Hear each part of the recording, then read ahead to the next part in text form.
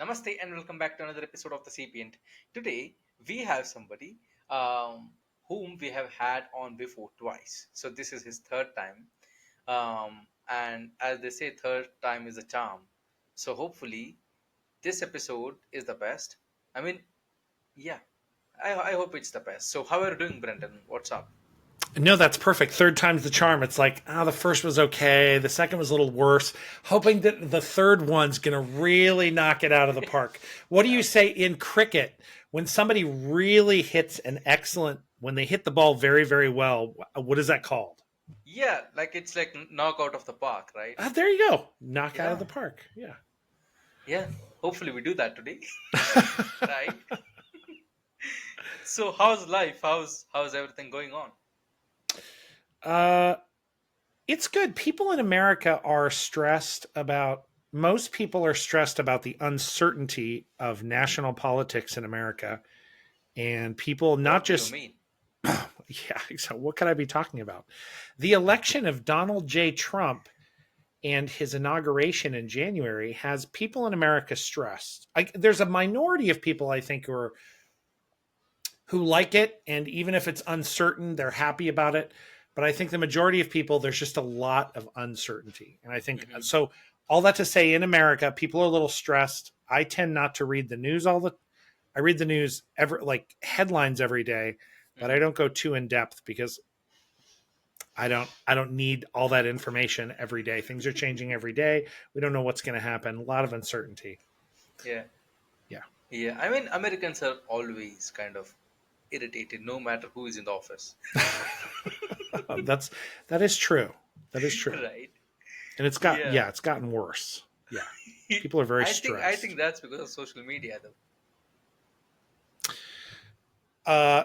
Yes, it's social media and the internet. It's people again having a device as I pick up my smartphone and look at it, having a device that you can open it at any time, Hmm. put your thumbprint or tap your code in, and then you can have information instantly from not just your friends and family in Hmm. text messaging or Facebook Messenger, but yeah, all the stuff in Instagram and Hmm. Facebook and TikTok and Reddit and YouTube Shorts, or flipping to their news feed, Google Yeah. News, and then you, Also yeah, that it kind of echoes the bias that a person will have, right?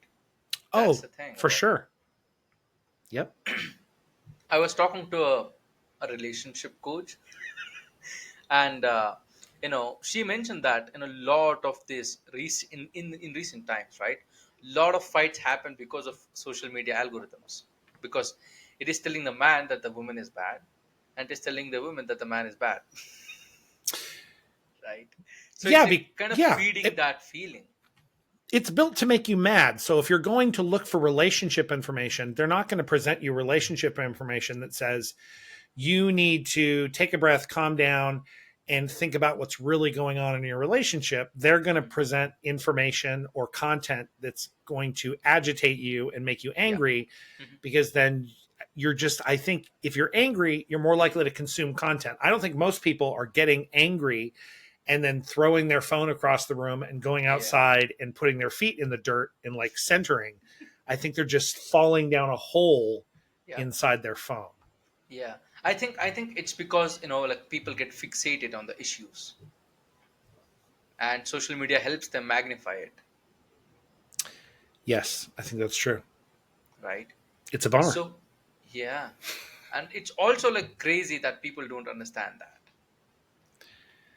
I I wonder there's been a lot so I do I was just talking to somebody earlier today about truth, and Hmm. we talked about what constitutes knowledge, Hmm. and this guy brought up Plato and he said, well, it's something is true and then you need to believe it and then it Hmm. needs to be justified. So you need to make an argument for it. There's a Uh-huh. rational argument to be made for it. It's justified. You believe it and it's also objectively true. And so I wonder, I think people now have heard enough stuff on the internet or from their friends or in articles or mentioned that like we all know social media is causing a problem, but Yeah. I don't think we've figured out what we want to do about that. And I think we've left it up to people to do it on their own. I don't think there's Yeah. any concerted effort to deal with this. Hmm. Yeah. Because me as a digital marketer, Are you contributing to this? I'm the evil person here. Yeah, for the evil. I wouldn't call you evil. I'd just call you, misguided. Yeah, evil's a very strong Right? word. Yeah. What like I'm seeing, and in a lot of digital marketers are seeing is people don't want to go on Netflix or Amazon Prime anymore. Because it's like then you have to be conscious and take a decision of what you are going to watch. But with algorithm, it's like it's okay, it's fine. It's going to show me whatever it wants to. So it's kind of handing over this process of control and decision making. Um, and I think before we started recording, we were talking about AI, and that is exactly the same thing. AI's promise is that I see advertised on the Facebook feed is mostly where I see AI stuff. I don't see it advertised. I don't go on TikTok. I use YouTube Shorts, but I have a subscription, so I don't see any ads. But on Facebook, regularly in the Facebook feed, there are apps that promise to organize, especially you're having trouble organizing your calendar. So let our AI algorithm Hmm. sort your calendar and put things in the right spot for you so that you have time to focus and that you Yeah. have breaks before and after meetings. So it's kind of like the work that an administrative assistant that understands Hmm. you would do. But it's handing off decision making. People are Yeah. getting so much information and they're so overwhelmed Hmm. that they want to hand off the decision making. And I know that's tempting, but I don't know that handing off the decision making to I think they probably need to actually face the fact that if their calendar feels uncomfortable to them, then I think they have to face that fact instead of saying, please, AI, just tell me what I'm supposed to do at every moment. Hmm. Yeah. Yeah. I mean, you have seen the pre-internet era and the revolution, right? I mean, revolution of the internet. So, and now when you look at AI, right? Because remember back in the day, everything was internet, right? You want to cook a burger, probably internet was the answer, right? And Right. Yeah. Yeah. now AI is doing that, right? Because I have read articles back in the day in like 1999, 98, where Mm-hmm. people said internet is going to be the next big thing and it's going to take over everything, right? And now it just became another tool, right, in the belt. It So, did. But yeah. and even now with the AI, it's the same thing, right? But people are like, oh my god, it's going to take over everybody's job. So I think it's going to take over as much of people's jobs as people want to hand over. So if you don't want to pay for this stuff, just like everything, if you don't want to pay for this stuff or it's too expensive to have a human being do this, I just want to pay AI for this and it'll Hmm. mostly be okay. I mean, Yeah. I use Kaggy, which is a search engine that you have to pay for. There's no ads, and so anyway, that's why I do it because I don't want to use Google. I don't want to use other Hmm. browsers that advertise and sell your data. But the little AI, if when you ask a question, if you turn the thing on to have the little AI summary, usually it's a pretty good start for like I want to go research something, and then you click on the AI summary and it gives you some information. It's not bad. There's a smartphone app that I wanted to experiment with because I'm like, oh, it's basically taking the place of a therapist, but it's Hmm. highly focused on cognitive behavioral therapy. So Hmm. it's really focused on there's a first part where it kind of walks you through, tell me more about your problem. Tell me more Hmm. about your problem. Is this what your problem is? If this isn't fully what your problem is, let me ask you some more questions. Tell me more about your problem. And then at some point it asks, do you want to try to fix this now by working through one of the cognitive behavioral therapy techniques? And then you either say yes or no. And if you say yes, it says, do you want to pick one or do you want me to pick one? And I played through the whole thing and I'm like, it's pretty good. Hmm. It's pretty good. Yeah.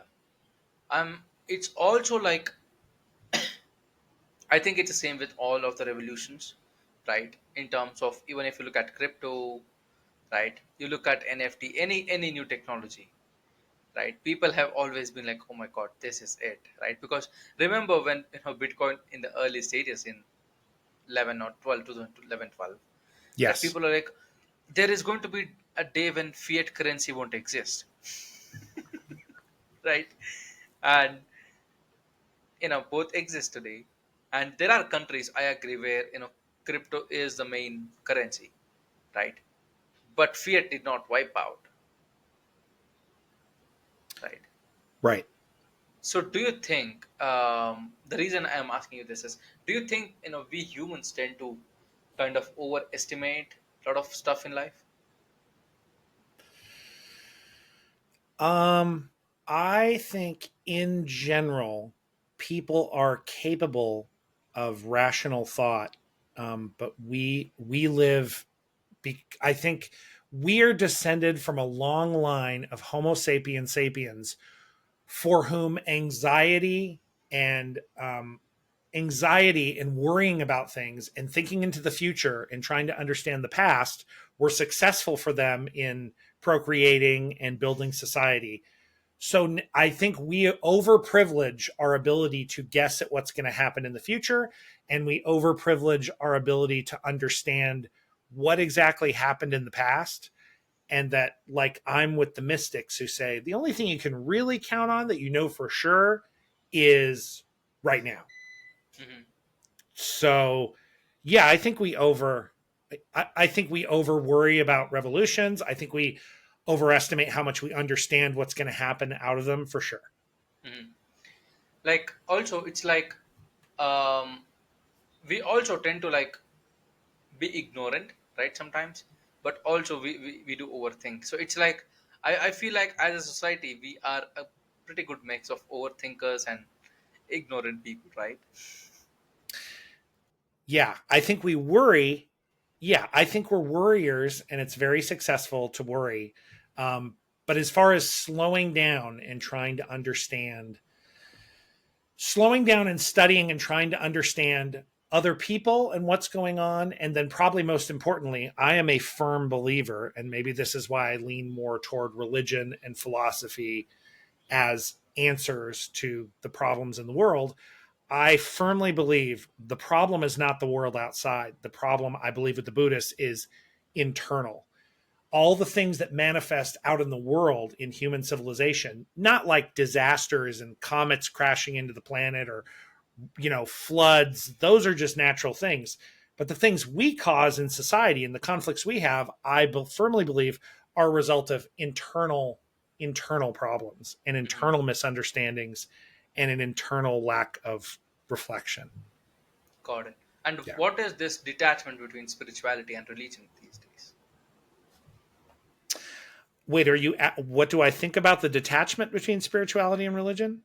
Yeah, like, they both are becoming, people see it as two different things. Uh, I think it is two different things. I remember when I converted to Judaism 22 years ago, my rabbi was talking about religion, and he was just very dismissive of the word spirituality. And his overall take was religio, is based on a term that's really about discipline. So religion is based on discipline. And spirituality is just like, well, how do you feel about things? And getting in touch with the energy of the universe. And religion, from his perspective, is this is about committing to a path Hmm. and then learning from that path, and that Hmm. path making you better. I think when people just say, I feel connected to the world, I feel connected to the universe, I don't think that necessarily has to make you a better person. But Hmm. I think religion and understanding the world around you Hmm. should make you a better person. Hmm. And I think religion is focused on that. I think the people who practice religion don't always do that, but I think religion's focus is making you a better person.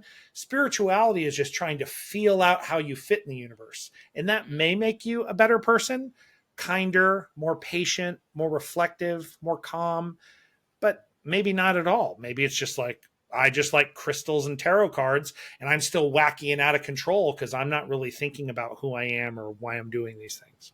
Hmm. So, do you think that kind of established religion, right? Religious institutions. Do you think they kind of push away people?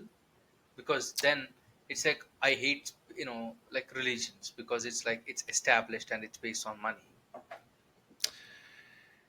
Yes, so I'm in a rabbinic school, which is like the term. It's like a redheaded stepchild. Most rabbinic schools to become a rabbi in the Jewish tradition are years. there's Orthodox, and they just like one rabbi makes another person a rabbi. But in progressive or more liberal world, it's a university where you get a degree and you got to go through years of it and all kinds of stuff. And this is just like a 1 year online program where you study this stuff. And then he gives you smicha and makes you a rabbi and marches you out in the world. I think his basic idea is that Judaism, I don't know about Christianity, but probably it's true of Christianity, Islam, Hinduism, Buddhism. I think they're failing. I think they get trapped in the structure of the tradition. And the structure of the tradition is good, but I think they get a little too rigid, and it also becomes about policing boundaries. So these Jews are good, these Jews are bad. These Jews are good, Christians are bad. Muslims are good, Hindus are bad. Hindus are good, Muslims are bad. And then internally inside that, these Hindus are good, these Hindus are bad. Those Muslims, terrible, these Muslims, good. Good. Yeah. So it becomes more about, Mhm. policing the boundaries, and especially historical boundaries between the groups. And it becomes more about identity rather than, again, becoming a better person. It becomes more about establishing your identity, your culture. Yeah. Do you think it's because we as humans, right, sometimes tend to get into extreme tribalism? Yeah, tribalism gets a bad. I only push back. Tribalism gets. I think it gets a bad rap.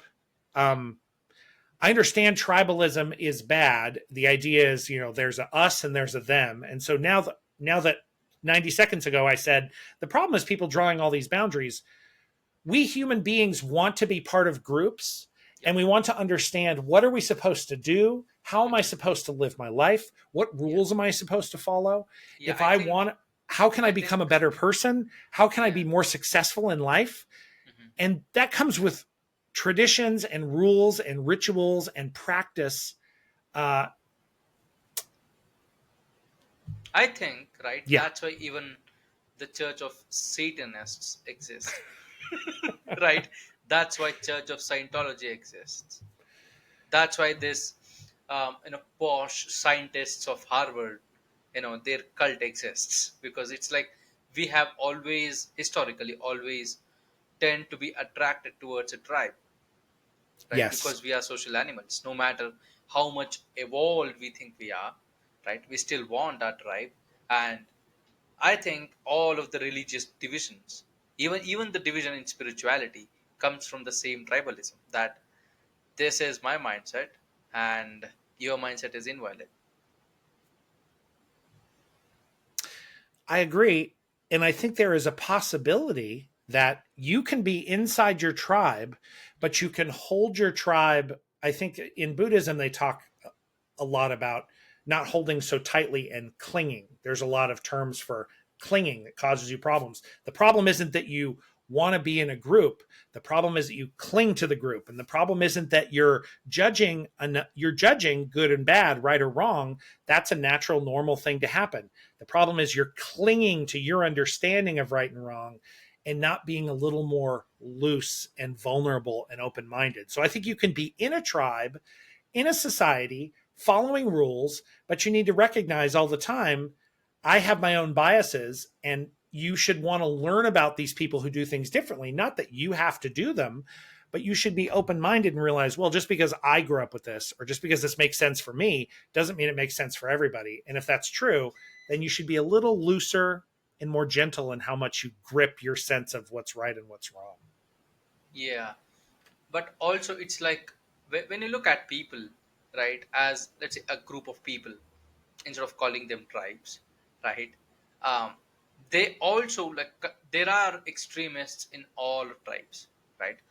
Not in terms of action, but just in terms of principle and theory, right? Because there are always people who are willing to, push it beyond a certain limit. And unfortunately, those are the people who get the, most recognition in a group, right? Yeah, I don't know what to do about that. That's a real problem. It's the attraction of the extremes. I mean, being in the middle and being moderate doesn't look that exciting. Yeah, Being moderation is just not that exciting. I agree. Yeah. I have done that, so it's not fun.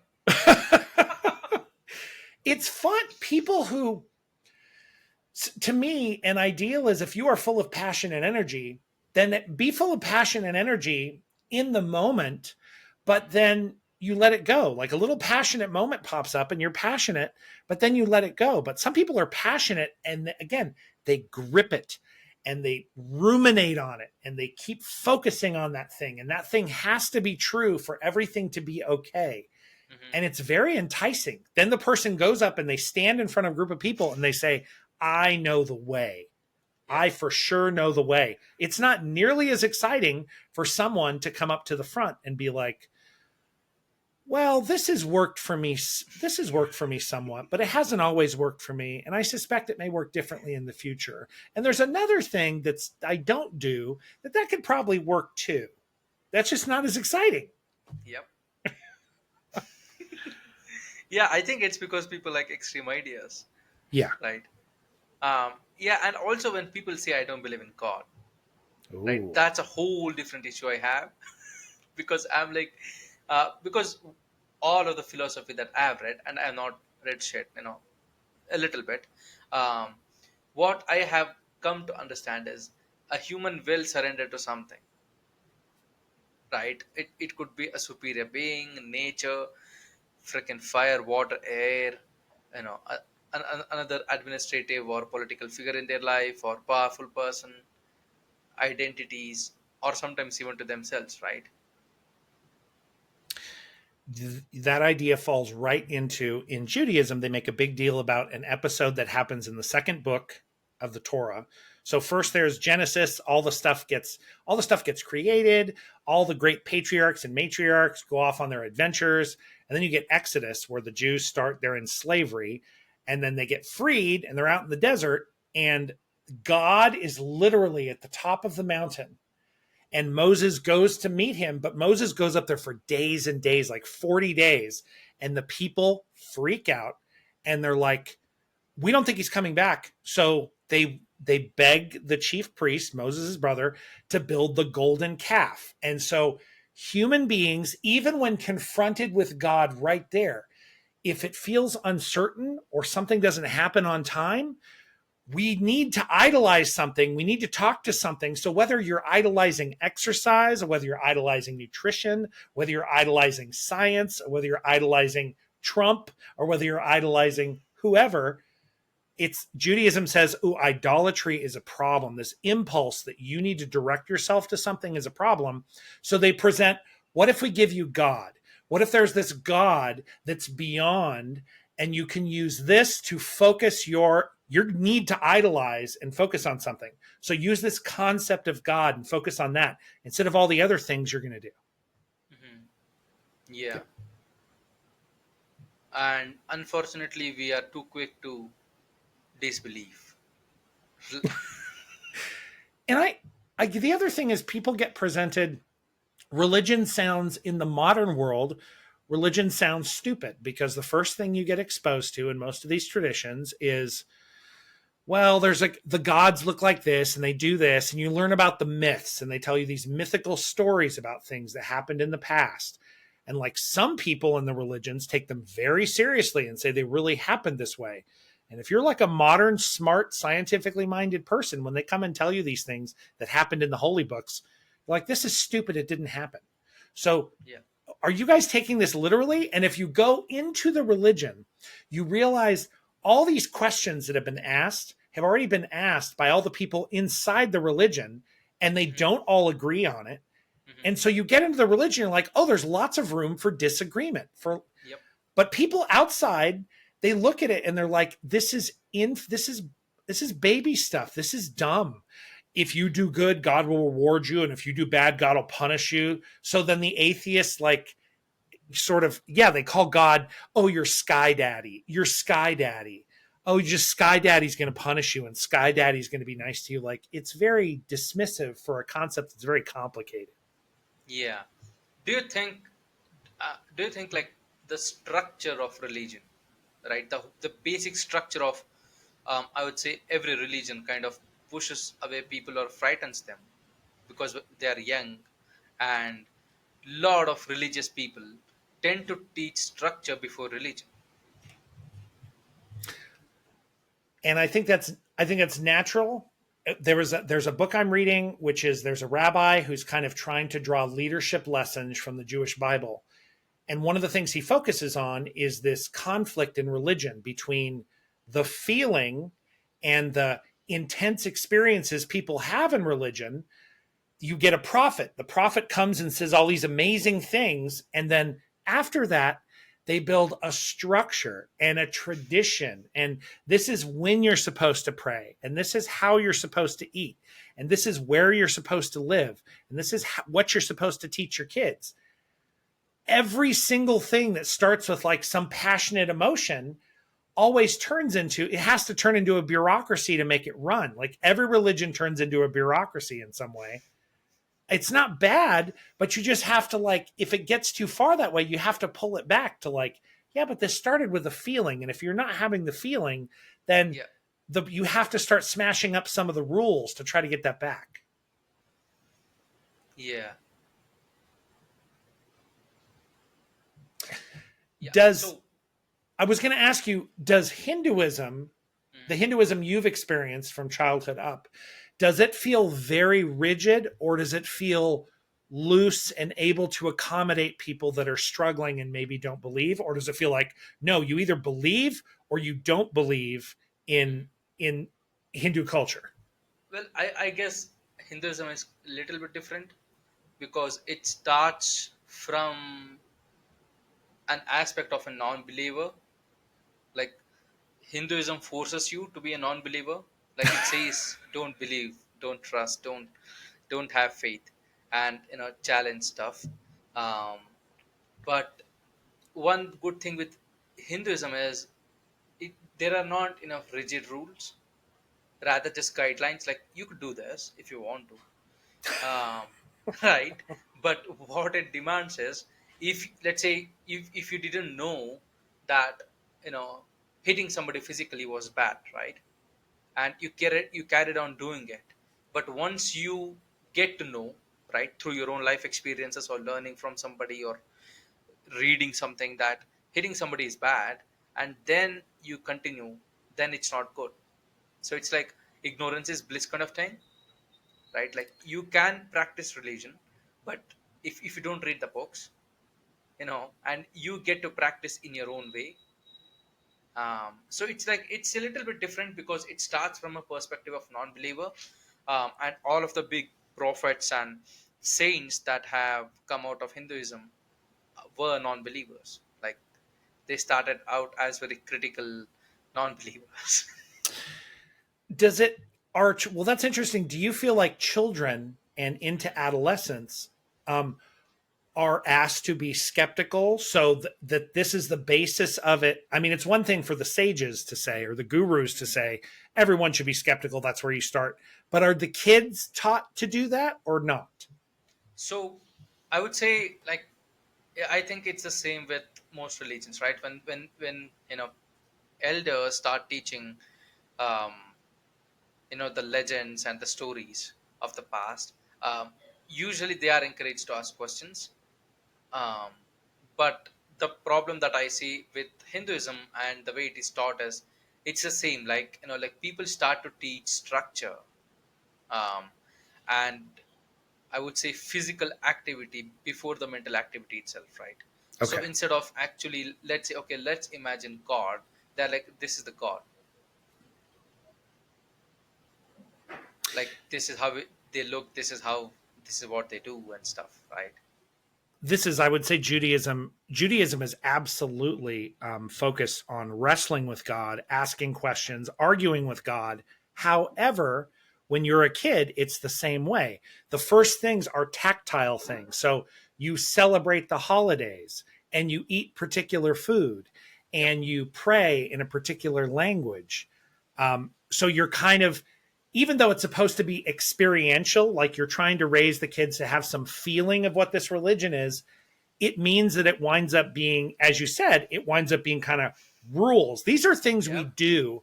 And Yep. because you're young, like you don't think about these things. And then I think a lot of times people go through the system and they get done being a kid and they go off into the modern world and they have a child's view of the religion based on that Yeah. experiential thing.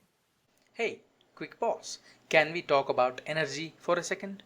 You know that midday crash where your brain just checks out, but your to do list is still screaming at you? Yeah, same. But I recently found something that actually helps. It's kind of fun too. They are called energy rocks, and they're basically pop rocks for adults with a purpose. You pour these tasty little crystals right into your mouth, flavors like pineapple mango or cherry berry, and in less than 3 minutes, boom, clean, focused energy. No pills, no mixing, no bloated energy drinks with labels you can't pronounce. Each sachet has just 4 grams of sugar, natural caffeine, and L-theanine. So you get that alert, locked in focus without the jitters or crash. Plus, there is B12 for an added energy lift. They are perfect for students, gamers, busy parents, or honestly, anyone who find themselves slumped over a keyboard at 3 p.m. You can just stash them in your pocket, your bag, or car, wherever. And because you're part of the Sapient family, you get 25% off your order. Just head to energyrocks.store, that is energyrocks.store, and use code SAPIENT25 off at checkout. That is code SAPIENT25 off at checkout. Energy Rocks, clean candy energy, no compromises. Alright, back to the show. Mhm. Yeah. Um, because you brought up atheists, right? I don't hate atheists. I have no reason to hate them, right? But unfortunately, even atheists believe in a superior human being or superior being than themselves. Because if you speak to an atheist, Yeah, right, they will quote you some of the biggest l- like critiques of religion, right? right. And what I like to do is I like to criticize that particular author, and then I see the atheists get all defensive, and I'm like, yeah, you're probably idolizing, right, that particular author. It's that simple. I think you're right. I think that makes sense. And I wonder if atheists in a predominantly Hindu society, because Hinduism focuses very much on the charisma or the personality of individual gurus. So there's kind of, I wonder if they're in that same, if it's a societal thing that kind of gets baked into you, maybe the atheists and they basically go looking for their atheist gurus that they can follow. Mhm. No, I even with the international ones, the problem is that's the problem I've seen. They tend to idolize one person, one Interesting. individual, and sometimes they kind of get into these echo chambers of their own, and unfortunately, they start to lose the one thing they have. That's critical thinking, right? Because if you speak to any atheist, right, the biggest kind of argument point they have is that all atheists are critical thinkers, like they're above average intelligent, Right. right? And then again they form up groups, they form this cult sort of structure of organizations, and they lose the same critical thinking. Do you think it's that we free thinkers, being a good critical thinker, using reason, building rational Brendan, i arguments? don't i don't think free thinkers exist. Okay, so then we might agree, because what I was thinking is, we talk about this, but aren't atheists, an atheist who is troubled by religion, who doesn't get religion and doesn't know why other people do it, is going to go seeking an answer or arguments why religion, either they're going to be talked into religion or out of religion. But once they've been talked out of religion, they can wash their hands and walk away. I don't believe in God. I don't believe in religion. I don't have to think about it anymore. Yeah. So they have a problem. I don't feel good about this state because I don't understand whether I should be religious or not religious. And then I decide I'm not religious. Well, now I've decided it. I don't have to think about it anymore. Yeah. Yeah. No, I think it's just because the reason I said free thinkers don't exist is because every individual ever who has walked on this planet has had bias through Yes. their experiences, through their learnings, through their knowledge, right? And when somebody says I'm not religious, um, then actually my question to them is, are you saying that you don't have a god, or are you saying you don't have any principle or morals? Because every religion is based on principles and morals, right? So all of a sudden when you say I'm not religious, are you, which part of religion do you hate? I think that's a more apt question to that person, right? Because I don't think even an atheist would agree that murdering somebody is a good thing, killing somebody, right? But it's like that's what almost every religion teaches you, to be peaceful. Now when you say I hate religion, do you also hate that particular principle, right? Or do you hate an aspect of the religion?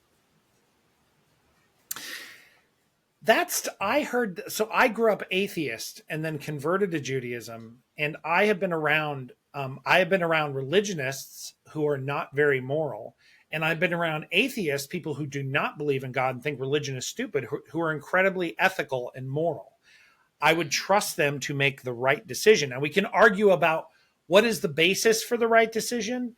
But in Mhm. my understanding of what they do, those people show fairness and kindness and understanding and wisdom, sometimes in greater amounts than the religious. So then Mhm. I firmly believe you do not need religion to be moral or ethical. Religion used to be the system that would tell you what you're supposed to do with your kids, how you're supposed to get married, what you're supposed to do with the dead, and also your ethics, they come from the religion. So they're all based in you believe in these gods and you believe these gods are right. And so they'll tell you what to do. But I don't think now, given the fact that there's plenty of people who are becoming secular and don't go into organized religion, I think the cultural stuff, our life cycle stuff is getting broken off from religion, and Mhm. ethics is getting broken off from religion. And I think religion has wrestled with it longer than normal modern secular society. But like ethics and morality, you could just study secular ethics and morality without talking about God, and you could come up with a very good ethical code to live by. Exactly, but they did stem from the religious principles, right? Or people who before there was God, when our earliest creatures were coming out of the caves and down from the trees and starting to live in down on the ground, um, there are rules they have to figure out how not to kill each other, how not to fight, and those rules became more complicated. But whether those things were always predicated on like Ugg can't kill Ugg can't kill Og because God says Ugg must not kill Og, or Ugg go to hell, or whatever it is. Like probably ethics, the fair treatment or ways to live with other creatures without killing each other. I mean, you see that in the animal world, and I could just that has nothing to do with God or ethics. I mean, animals don't kill they kill each other, they don't kill each other. I don't know that human ethics are that much better because we establish it on a we have a god and a religious system, and that means our morals and ethics are better.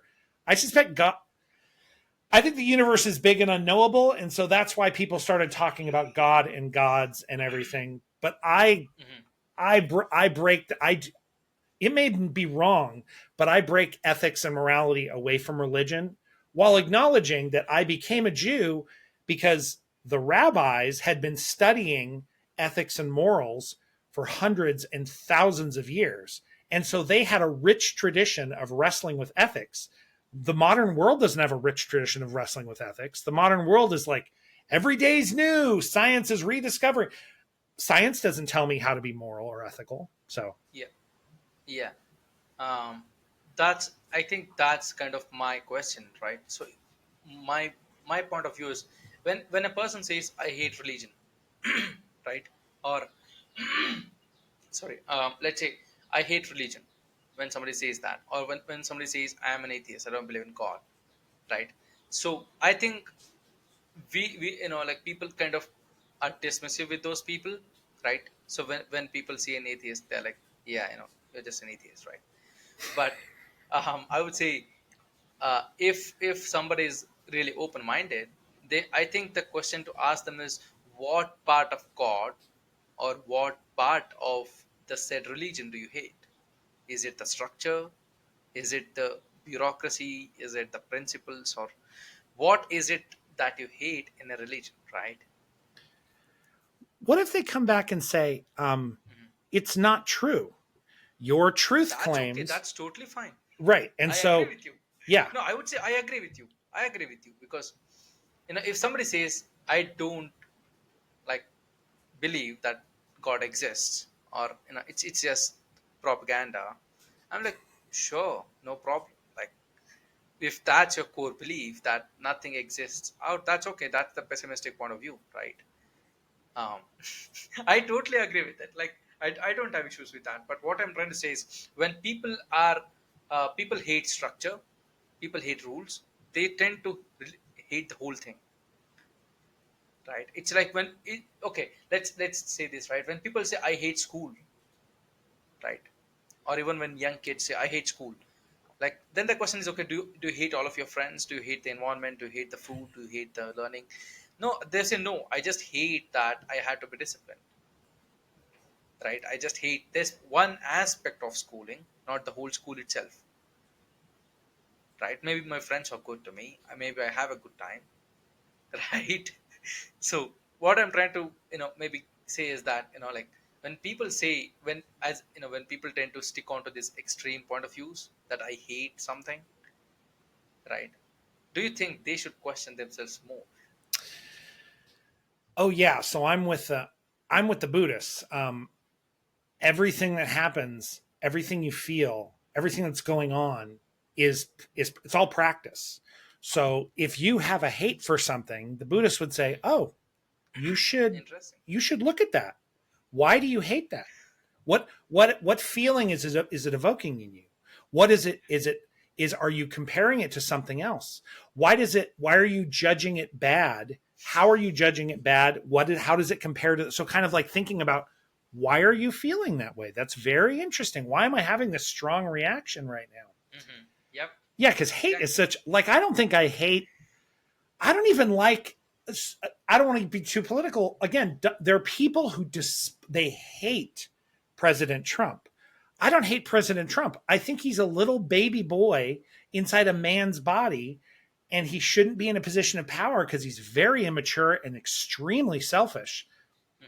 But I don't hate him. How can I hate? He's so immature and he acts so irrationally and so selfishly. I feel bad. Like, I mean, it's bad that he does things that affect me badly, but to hate him, who do I hate? I guess Yeah. I don't. So when somebody hates something Mhm. that's already, like, we talked about extremes, like you've lost the moderation, you hate it. Then you have to ask, are you just saying that because you hate it right now? Like you're complaining about it? Or do you Mhm. really deep down have a deep hatred of that thing? Disdain, yeah. Because then you need to, that's a knot, a tight knot, and you should untie it to see what's in that knot. Like, Yeah. that's a big feeling. Hmm. Yeah. Yeah, because There was one rabbi, I'll just say on top of your thing, which is, I think you're asking people, you say you don't like school, what don't you like about school? You say you don't like religion, what exactly don't you like about religion? The rabbi asks, the person goes to this rabbi and he says, I don't believe in God, Rabbi. And this rabbi's favorite response back to people was, what God don't you believe in? So you have an idea of God in your head, and that God you don't believe in or don't like. So the rabbi's question is, what do you think about, what do you think God is? Mhm. Judaism says God is beyond your understanding. It's beyond your understanding. We just try to understand it, but it can encompass a lot of ideas. So if you have a bad idea of God, you can have a different idea of God. It's not just like you said, you're being so nice to these people. If you don't believe in God, you don't have to talk Yeah, about it, move on. But if you hate God or you hate religion, you should ask, what about religion and God do you exactly. hate? And do you have to Yep. believe that? Yeah. And also, we have to question ourselves that if we hate an aspect of God or religion, right, how valid is it, right? Because, sorry, I read a quote from one of the warlords in the past, war general, sorry. He said that I don't hate my enemies, it's just revenge that burns me, right? So it's like he's able to bifurcate emotions in that point, right? Because I'm like, I don't. He's like, I don't hate you. I just want to kill you. Like right. We hear that stuff about soldiers all the time. I was watching a documentary about American and Russian soldiers, I think, meeting on some border, Hmm. and they're in the midst of conflict, but then these soldiers who aren't fighting at the moment and are just like they're all supposed to be in this location, these soldiers across the enemy lines have more in common with each other than they do with their higher ups. Like, we two soldiers who are Yeah. supposed to fight and kill each other, we Hmm. have more in common than I have with my captain or the Yep. general or the president. We have more in common with each other. We're more alike. And Yeah. so, yeah. Right. Yeah, that is actually kind of fascinating, because when I read that quote, I was like, okay, this is a person who understands their emotion better than anybody else. So he's like, I don't have to hate you because you have not done anything to me, but it's my duty to kill you. That's a different story. That's Right. well, isn't that's part of my one of my favorite strands in the Bhagavad Gita is that thing, like, we're again the overall thing, we're all God, everything is, but your manifestation of God is now, it is my job to go fight this battle, and how I'm Yeah. wrestling with that, and Mhm. that's your job. You Yeah, got that's picked her for job. this role in the grand play to be a Yep. person who has to go fight this battle. I Hmm. mean, maybe you could find a way you don't have to, but there's also a good chance Yeah. that this is what you're, even if it's bloody and causes death. Hmm. Well, lots of things are bloody and cause death everywhere. This might be your role that you're supposed to play, and that this is just how Yeah. it is. Right. Yeah. I think like when I speak to a lot of atheists, because I'm just that kind of person who will Yeah. just go and Trying to give her, you know are you just trying to find out how they think, or you're trying to talk them into religion? no, I'm very curious, Okay. Me too. right? Because Absolutely. I'm like, okay, you have this principle. Yeah. I am really curious, how did you arrive at this, right? And for the most people, it's unfortunate that they have had a personal tragedy in their life, which kind of pushed them away from religion. And I when I speak to them, right, um, what I realize is lot of atheists are spiritual but not Hmm. religious, and they will never kind of um, admit that. It's like they are kind of ashamed if they admit, okay, Yeah. I'm religious, sorry, okay, I'm spiritual, not religious. And because they have gone into this tribe of people who say you better not believe in a god, like that's the principle of atheist. Right. Again coming back, um, they are becoming what they hate, right? They have this set principle of, let's hate god, let's hate spirituality, let's not be religious. And these are the principles of my tribe. That was my experience when I came to Kansas City. One of the ways I tried to socialize is I'm like, oh, I was Jewish, so I went to synagogues, but Hmm. also I'm like, I had time. So I'm like, let me get together with the free thinkers. So they all call it atheists and free thinkers and atheists. So these are people. And when I would go, there was a significant percentage of the people, we would talk about interesting things, but there was clearly religion, there was trauma these people had because they had Yep. strong feelings about how stupid religion was. And every time you'd go, this was a safe space where these people could come and talk about how stupid religion was, which is not, as you identified, they call themselves free thinkers, but they feel very strongly that they don't Yep. understand how these people can be so stupid. Hmm. And also it's like, when you speak to them, you can very transparently see their biases being played out, because they will discount a lot of principles that they might align with, even slightly, Yep. right? But it's like, when you really look at them as a person, they might be a very good human being, Yes. right? But they have gone into this one tribe so deeply, just like extreme religious people, that they cannot get out of that, because for them it feels like betrayal. They're like, how can I betray my, like, past or my past principles? Yeah, I completely agree. So back to your original point, where kind of one of your basic ideas about humanity is that we're tribal. 100%. Human beings want to belong to groups Yep. because I mean, I'm looking at the modern world. You live in the modern world, lots of people around you. We are all perfectly aware, or at least I'm perfectly aware, that any one of us can decide, like animals, any one of us could decide to hurt or kill each other at any time. There are people upstairs right now. If those people got mad and decided to come down here and kill me, there are two women, one 20-something woman and her high school her sister.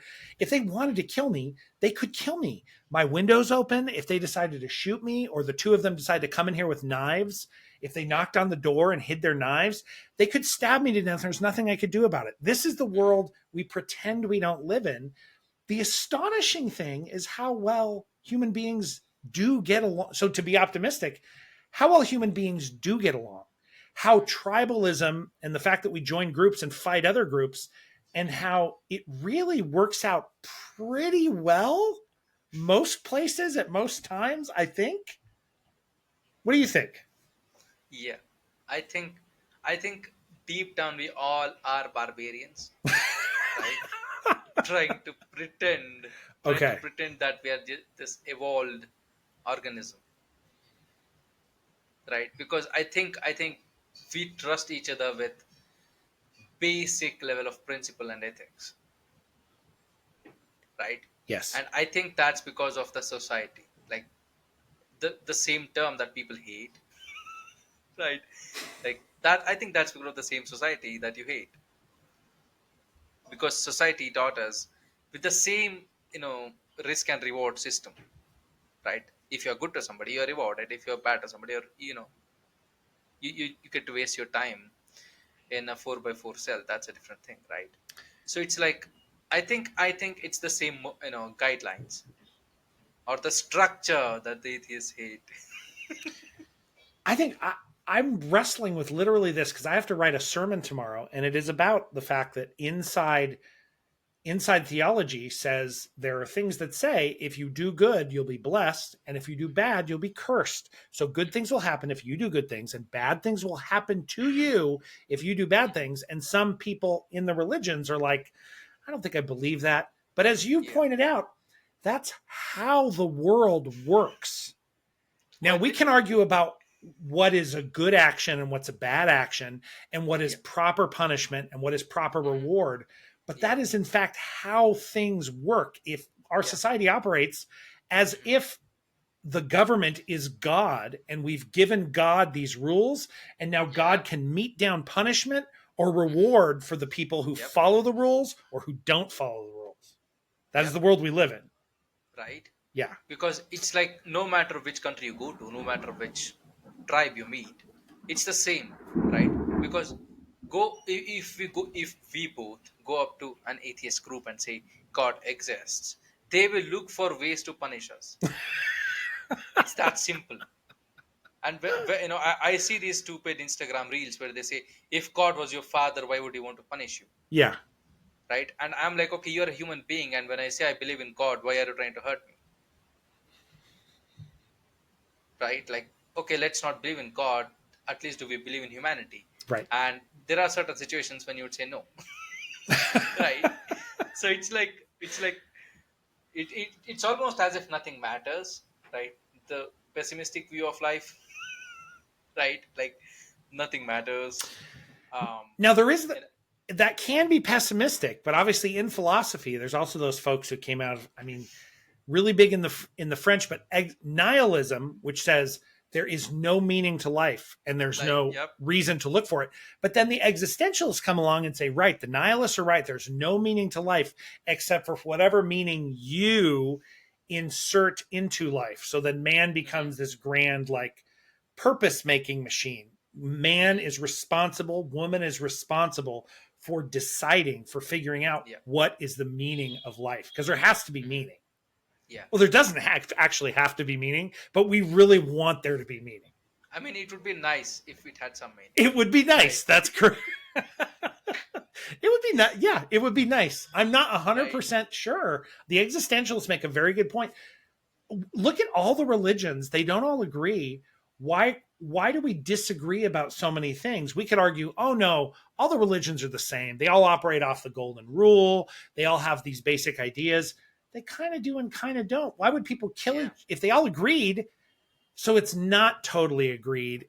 And yeah, so meaning what life means is an open question. Why are we here? yeah. There's I this saw a yeah. scientist. He was saying, he was talking about aliens, and he said, "I like to believe that we are alone." No, he said, "I think that we are alone in the universe, but it would be nice if we had a couple of neighbors." It really would. Right? And it's, I think it's the same with religion, or just, faith in general, right? I would like to believe that I'm alone in my life, but if I could believe that there is superior being than me, then it is probably nice, because it gives me some kind of hope, on the bad days, not on the good days. Do you so in that three Venn circles that come together for Plato's knowledge. So Hmm. we could say call it knowledge of God. Do you believe in God, Hmm. and do you think God is objectively true, and do you think you can make what I think we could both are definitely there are reasonable arguments to be made that there Hmm. is God or there's an Hmm. energy in the universe or that there's a Yeah. purpose to the universe. You can make Hmm. that argument and it can be a good argument. Do you believe in do you believe in God, whatever God that is, Yeah. all the time? 100%. Okay, you 100%. You're not are maybe you're not totally sure what No, I'm that God 100% is. sure. No, I'm 100% sure of it. What? Yeah. I'm How are 100% you sure. 100% sure? Yeah, that's not something that I need to prove, I guess. Right. But what I believe is, what I really believe is that, there is this Russian spy, right, who was sent to US to kind of spread propaganda about the Soviet Union. Okay. And he said that if we flood you, sorry, he said no amount of facts and truth, right, will be able to pursue you against what you think. And he was talking about a lot of propaganda stuff, how comments, kind of push each other's people in a particular direction. And he Yes. said no amount of facts and truth will be able to like overturn your, if you believe something, right, or if you say something, this is what I think. So he gave an example of, it could be like 50 degrees outside, but he would still say, I don't see the sun. Okay, So so I think what he's trying to say is, yeah. like no amount of truth matters, like, or no amount of, um, I would say, proof matters, if you don't want to believe it. So that raises again that three-part thing. Hmm. If you have a reasonable argument and you believe it, Hmm. that can. But on the other side, it does not match objective reality. So, for Yeah. instance, the idea that there is for sure the Hindu pantheon of gods and goddesses, Hmm. or that there is the Jewish or Christian or Muslim God, Hmm. that idea is not it's not a truth claim the way like again you the truth claim of the sun's going to come we're going to turn and the sun's going to show up on the horizon tomorrow. We can test that. We can't that there is a god is not a testable claim. Yeah. It's not a testable claim.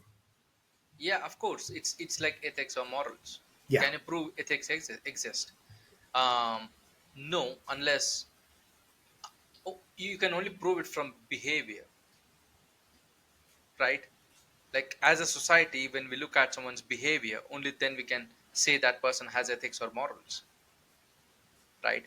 And Yes. if you remove that out of the equation and you say, now prove me ethics exist, and you're like, um no shit, Sherlock, it doesn't. How do you Right? because yeah. because ethics and principles are so like vague, and people tend to hold on to them with their dear life. But ethics and principles are so vague that without action you cannot prove them. right? Because if it's like, is a person alive? Yeah, you check their heartbeat, right? So it's like there has to be, as you said, some proof, right, to back up a belief. But I can, that's very, it is true. It could be true that you believe that there is a God, but that, that your belief is that the question of whether your belief is true, that matches objective reality. So I could look at your behavior and say you believe in God, and then you follow the rules of your religion that show that, at least I think, I can't see into your brain, but it looks like you believe in your God because I can watch your behavior. But we can't do, Exactly. people say you can do that with God. Look at the marvelous nature of the universe. How could it not be created? That doesn't, that's no argument I to think me. I think I think that's just people trying to quantify something that's not quantifiable. It's like this, right? Let's say you love, you love your wife. I love my wife. How do we quantify who loves more? Like, is it by actions? Is it by intention? Is it by thought? Or is there a formula to kind of find it out?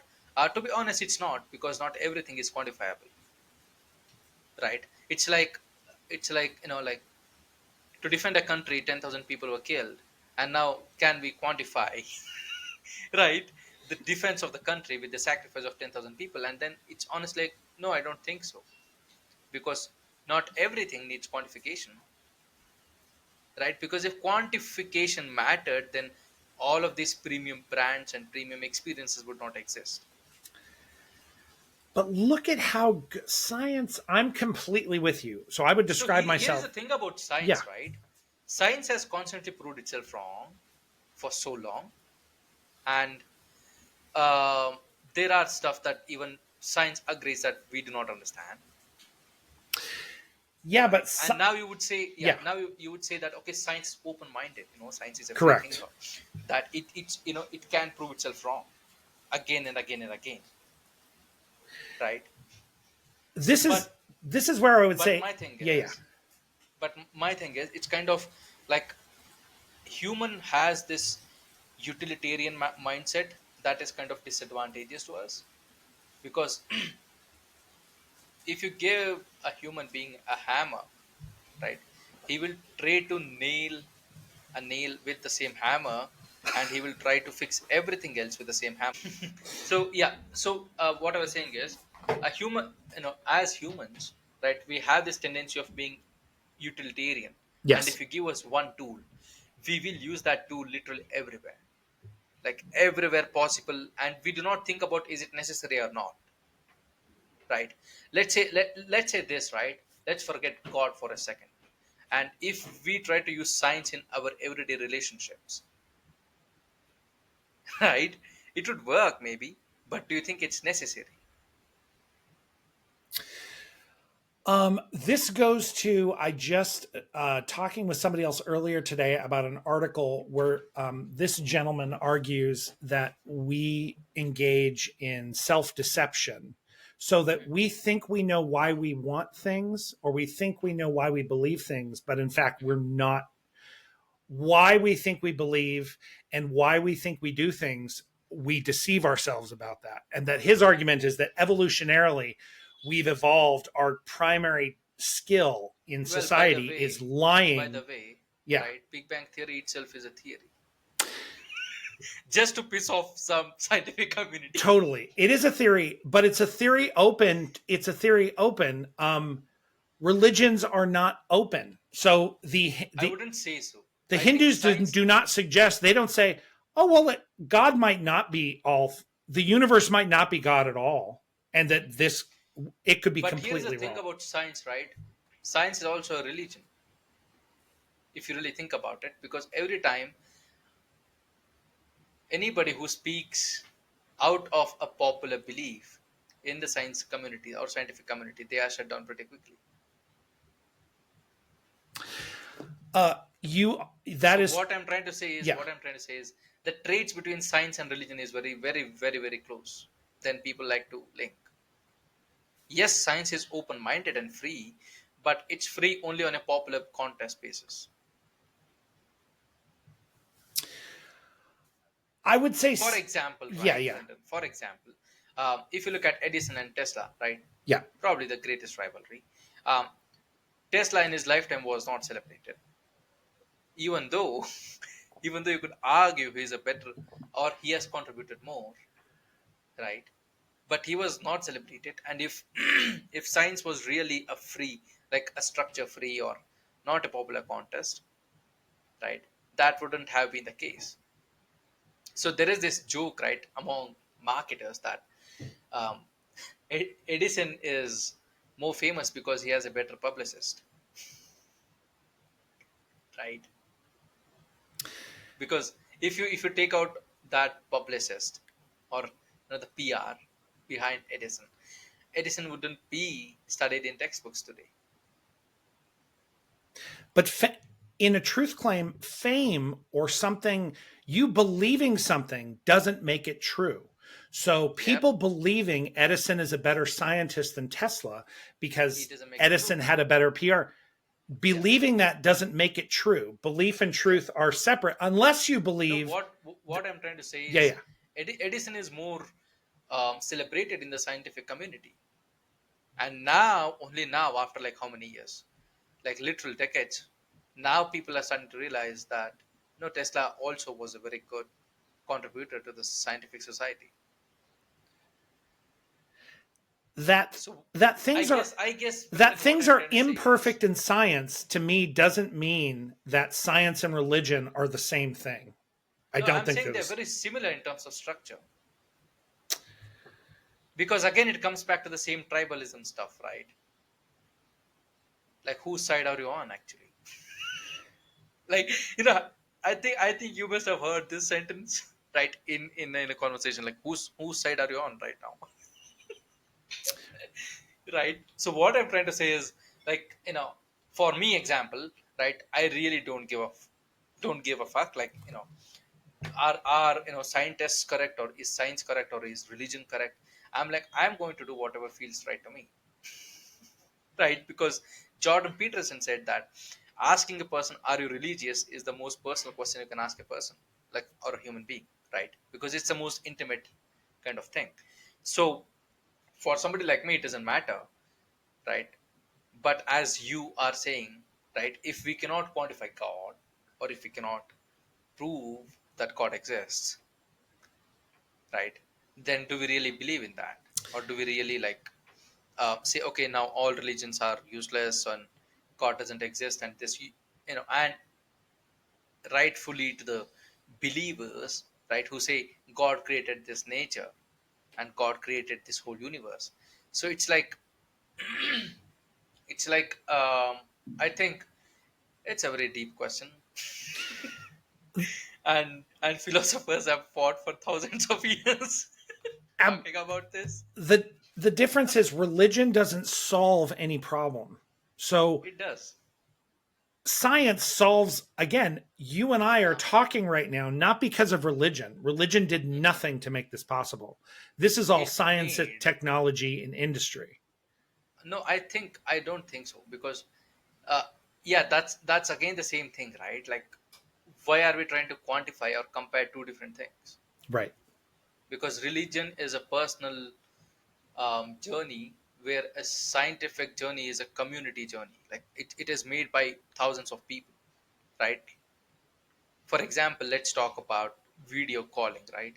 I'm pretty sure a lot of universities worked for many years and collaborated with each other to come up with this, that the world can enjoy each other's faces, right? But it's a very communal journey, whereas religion is very personal. I don't. It's like this, right? Is that It's true of like Hinduism? That's not true of uh, Judaism. So Judaism is a communal religion that relies and focuses on but you community. pursue It's on your not own, an right? individual religion. No, what I'm trying to say is, Yeah. religion is something that you pursue on your own, No, I do not agree with this. I don't agree with your. because religion If is you look at the personal. way religion is practiced around the world or through history, I'm not talking about practicing. I'm talking about, like for example, right? yeah, Um, Everybody can use the same video call tool, right? Let's say Zoom. Everybody in the world can use Zoom, but not everybody can use Judaism or just Hinduism to practice their religion. So religion varies person to person, even though if we both are from the same religion, because we are two different people. So it's like relationships, right? Because okay, now if you look at Instagram right now, Yeah. there are universal laws of relationships. Like if your partner is double texting you, they're very needy and clingy. Okay. That's not true for all relations, right? And let's say, God forbid, if someone takes that and applies to their own personal life, right? They're screwed, because that's just a general rule that someone thought of, right? And even if you're a relationship counselor or relationship coach, right, even those people agree that relationships are unique because there are different things at play, right? So parameters are always different. So even if you look at relationships as religion, right, it is different. So I guess what I'm trying to say is, like when you look at religion, it's a very personal thing.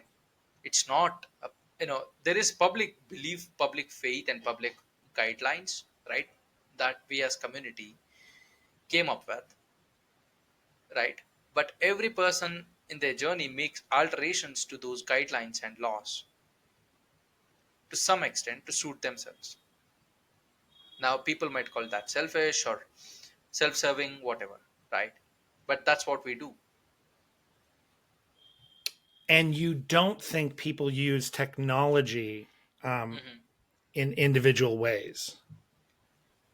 Because Zoom offers that, so you're only able to utilize a tool to its extent, right?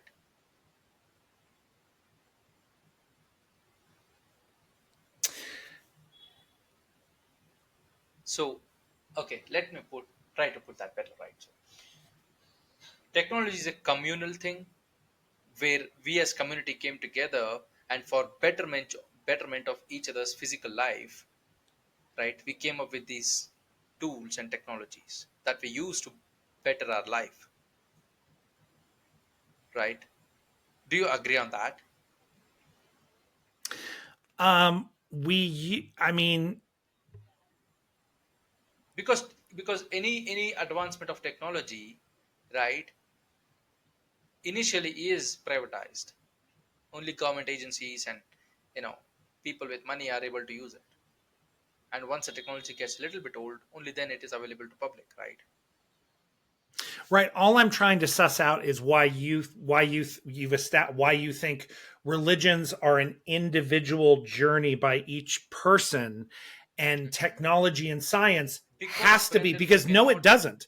If I'm a No, no. scientist, What I'm trying to say is, I can go out to a cave out in Colorado and I can mhm, do science. All science is experimentation. So that's it. mhm, That's all science is. What's technology? If I go out to that cave and I bend some wood to make a little water thing that'll take it from, you know, I could basically make tools and technology all by myself without anybody else. yes, If you're talking because about all of them more, are quantifiable. technology is different because it's more complicated today, but No, no, science and no. technology are available to What I'm trying you. to say is, what I'm trying to say is Yeah. that you can quantify your scientific journey, Yes. right? Can we agree on that? Like, you made 100 inventions, I made two. So you're definitely a better person than me in terms of scientific achievement.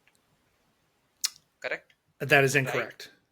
If you have 100 patents Uh-huh. and I No, have, I'm not talking about in patents. I'm okay, talking about you've inventions, invented like a actual, hundred things and I've my invented 100 one thing. contributions. Yes. If everybody likes my one thing and Yeah. are you a better scientist? This is the Uh, argument to Edison and Tesla.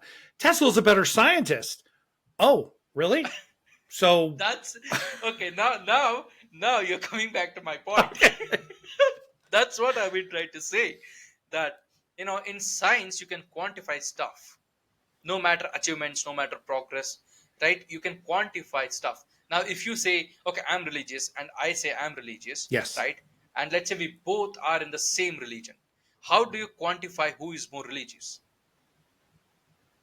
You cannot, because that's not the I see It's what you're not saying. the It's class. not data. Yeah, yeah. Yeah, and it's not the method, right, to quantify who's better. That's why I gave you the example of love, right?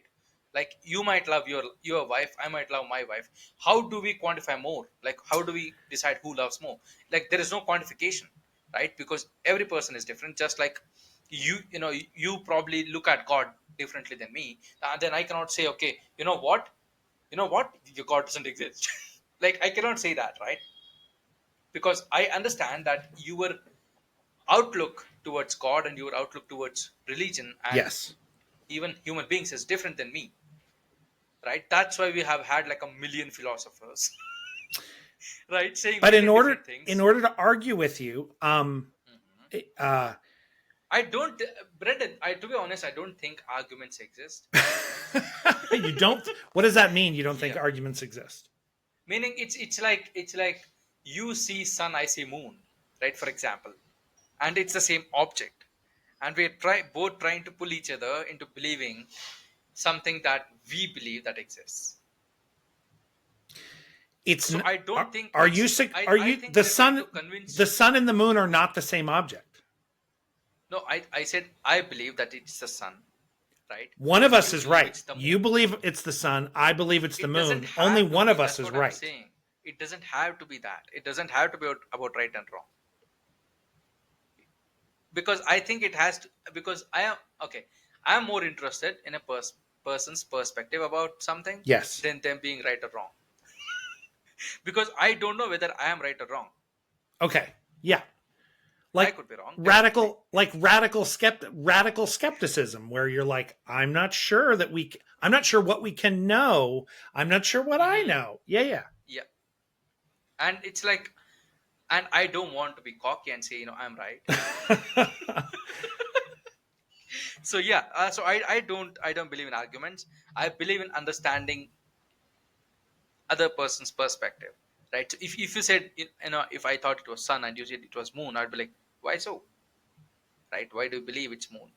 Why not sun? You know, yeah, it's like, I believe um, it's the sun.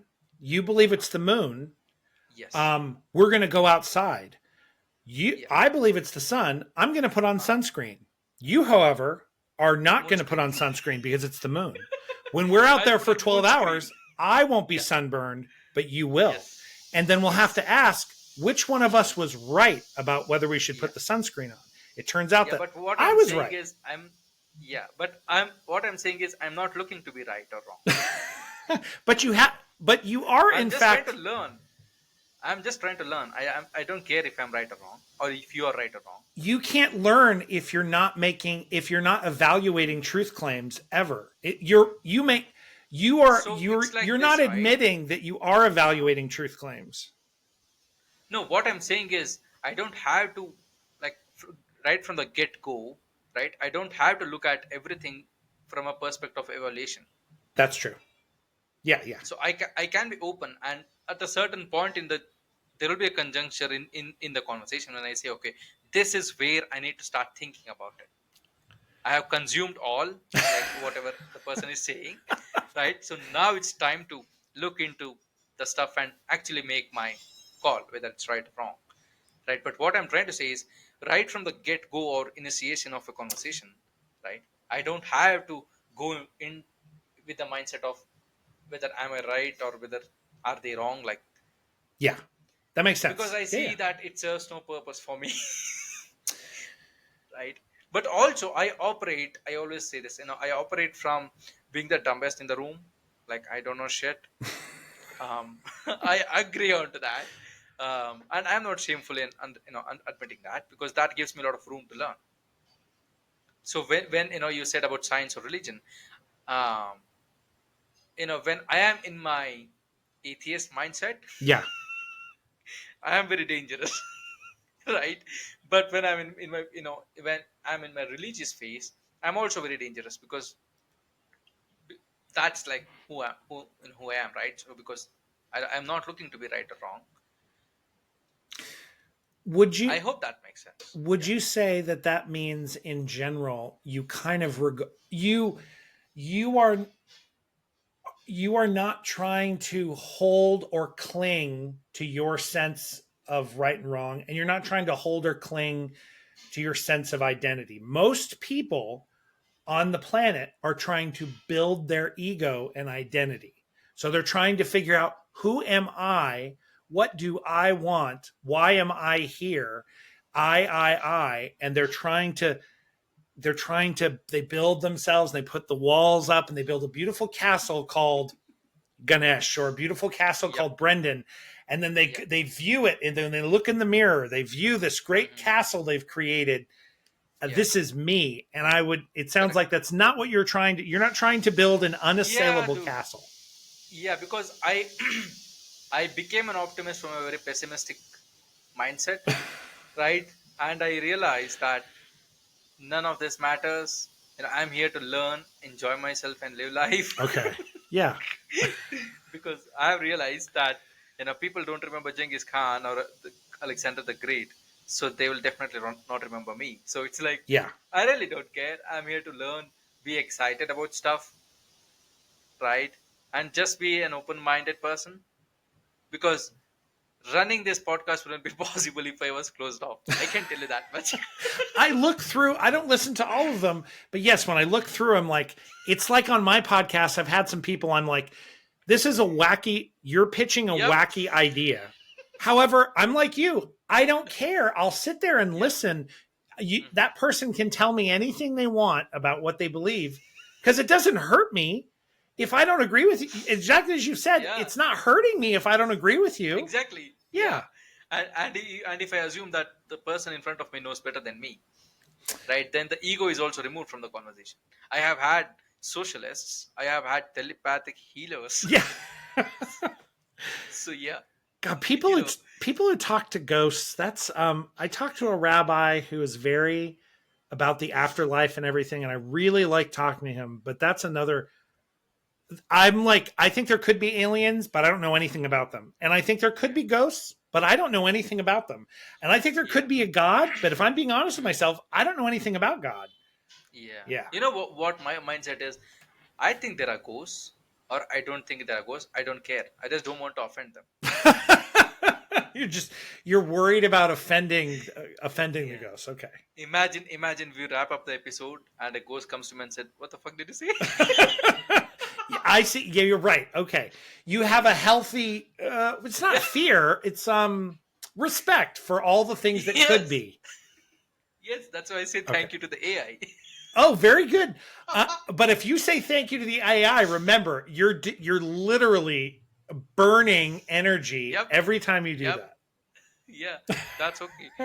I don't want to burn in the future. So I better say, thank you and be nice. So yeah, that's my perspective. If somebody says, there, there is Jesus Christ, I'm like, yeah, I believe you because I don't want to offend anybody, Yeah. and definitely I don't want to offend God. Yes. Right? Imagine if he comes back and he was like, yeah, what were you saying about me? you know, I don't want to be in that situation. So yeah, I believe in aliens. I believe in ghosts. I believe in telepathic healing. Yeah, I have had arguments where people are like, okay, you say that you love your God. You say that you are devoted to your God. Can you prove he exists? I'm like, I don't have to.